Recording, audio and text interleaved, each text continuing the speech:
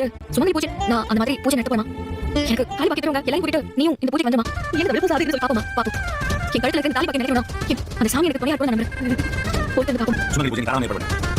நான் ஊர் முழுக்க போஸ்ட் அடிச்சு நீ சொன்ன மாதிரி எனக்கு பூஜை நடக்குதா இல்ல கல்யாணம் பாக்குமா. பாத்தேன் போற போது ஆள் கண்டிப்பா கேட்டு போங்க. ஏதோ பிச்சை போடும். இனி அந்த சாமிக்கு சேர்த்து பூஜை கொடுங்க. இப்பதான் கொஞ்சம் வாரம் வந்தா அதான் இன்னும் மூணு அடுத்த ஆள் இல்ல. இதுக்கு இப்ப என்ன ஆர்டர் போட்டுருப்பேன். இருந்தாலும் அந்த தமிழ்ச்சி பழி வாங்கணும் போய் காரணத்துக்காக தான் நான் இவ்வளவு வாங்க பரிசு வாங்கிட்டு வந்திருக்கேன். இதை வாங்கி என்ன பாய்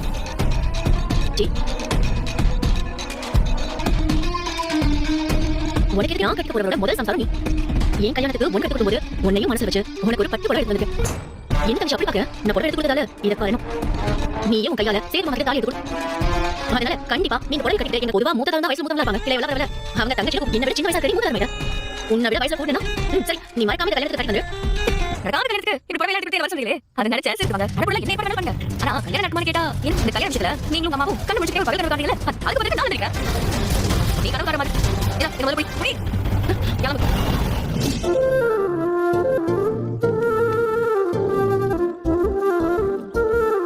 ஆமாமா அவங்க நடக்க இல்ல அவங்க தான் நடக்குது. சரி என் மக கட்டாயில கலந்துறோம். உங்களுக்கு தெரிஞ்சு சொல்லுங்க அவங்க கொடுங்க. அண்ணா பண்ணி பாருங்க.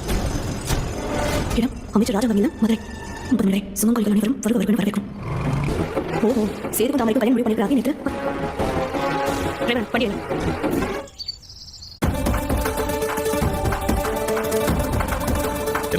கல்யாணம் பத்தி என்ன ஊரே கல்யாணம் நடத்த வேண்டாம். வீட்டுக்குள்ளே கால் வச்ச மாதிரி ரகசியமா கல்யாணம் கல்யாணம் என் பொண்ணு கல்யாணத்தை பத்தி கிடைக்கணும்னு எனக்கு ஆசை இருக்காதா. அதான்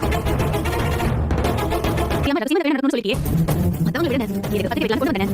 நீ முதல்ல செய்தி பத்தி வாங்குவேன். எப்படி நிறைய செய்தி என்ன சந்தோஷப்பட்டு பார்த்தா எதுக்கு ஒரு வார்த்தை கேட்டு போட்டேன். இல்ல நீ முதல்ல செய்தி வாங்குவேன். என்னங்க மதி நீங்க சேர்ந்து இந்த கல்யாணத்தை வாங்கிட்டு சிவா மயக்கமே பொண்ணு எனக்கு வந்துருச்சா. அதான் கால் நாள் வந்து இருக்கலாம். இல்ல என்ன சொல்றீங்க அண்ணே இசுவே அது வந்துங்க. என்ன வச்சுக்க நீங்க தான் முன்னாடி என் மகளை சீர் சேரமா எனக்கு தெரிஞ்சுக்கணும். பரவாயில்ல தச்சி உன் மக கல்யாணம் உன் மகளை நீ அத ஏய் நீ எப்படி பல்ல பண்ணிட்டல அவர் ஊர்ல போஸ்ட் விட்டுறமா. கேட்ட போஸ்ட் விட்டற நாள் ஐயோ அப்படியே இல்ல அப்புறம் வேற அது ஊர்ல கலந்து சொல்லி போஸ்ட் விட்டுறமா. ஆமா நான் என்ன விசாரிச்சா அந்த தமிழ் சரிதா இந்த ஏரியால இருக்க எல்லா சமலையும் போட்டு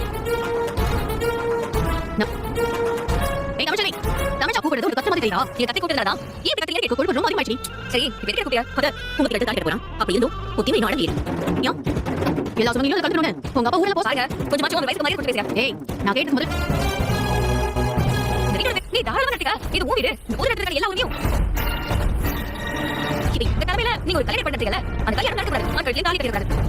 என் புருஷன் எனக்கு மட்டும் என் தாலி பாக்கியம் நடச்சிருக்கோம். இது எல்லாத்துக்காக நான் கஷ்டமா இந்த கல்யாணம் நிக்கணும்ன்றதுக்காக சுமதி பூஜை பண்ணியா. மா மதனி நடக்க போற கல்யாணத்துல என்ன பிரச்சனை பண்ண மாட்டேன். எல்லாரும் முன்னாடி மாப்பா பாத்துட்டு பாத்தீங்களா. பிரச்சனை பண்ண போறேன்னு சொல்லியமா அவ இருக்கிற இடத்துல வீட்டு வெளிய வச்சு சொன்னீங்க. நடக்க போற கல்யாணத்துக்கும் அவ பண்ண போற சுமதி பூஜைக்கும் என்ன எப்படி பிரச்சனை பண்ண சொல்ல முடியும்.